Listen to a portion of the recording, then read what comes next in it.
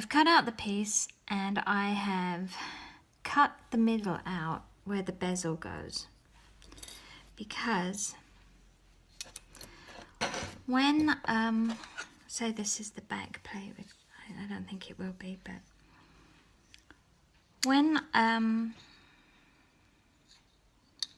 make a piece of jewellery, I like the stone to feel as though it's more in the piece rather than just sitting on top of the piece. I probably didn't need to do it with this stone because it's quite thin, so it's not like it would have been sitting up and over. But I just like the silver to be like in the silver, you know, be the silver. Anyway, so I cut that out. And what you want to do, you just put your drill hole and you saw it out, and then you just want to make sure that that goes in and out. If you can saw away as much as you can, you won't have to do so much filing, which can be annoying. So try and get it as the saw as close to the, otherwise you just, what I tend to do is just put it on the edge of the block like that and just file it. So that's that done. I've also put the leaves back on and off and drawn around them a little bit more to get them as good, you know, in terms of the contour to be cut away as I could, because that wasn't going to work for me if it wasn't going to be perfect. So I've done that. And again, the reason I'm trying it this way this time is because when I go to solder this onto, I'm not going to use this piece, this is 20 gauge. I'm going to use a piece of 23 gauge. But when I go to solder it on,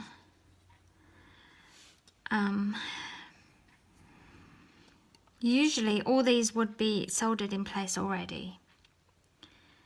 And so to heat up those two pieces enough to get a good contact, all of these would be coming off and going back on again and coming off, and it was annoying. So I thought I'd try it this way, because now I can get a good solder between these two sheets without having to worry about any of this burning or melting. So another thing I did was this, I got some of this fine silver wire, 18 gauge I think, and I just balled up the ends, and I've cut it to the length that when that's poked in there, that it can rest on there. And usually, as I said, when I solder these on, I will put a pick there so that I can solder it on, and there's it's lifted up, and I do that. But this time I think I might just solder it down straight, because I don't want anything to be caught underneath of it. So okay, so what I'm going to do is I'm going to try and keep these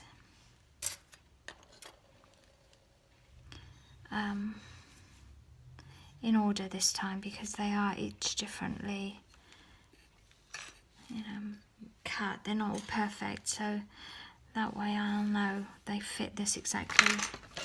So, and then I'm going to get a piece of this, and this is 23. I could use the 20 or 22, but I'm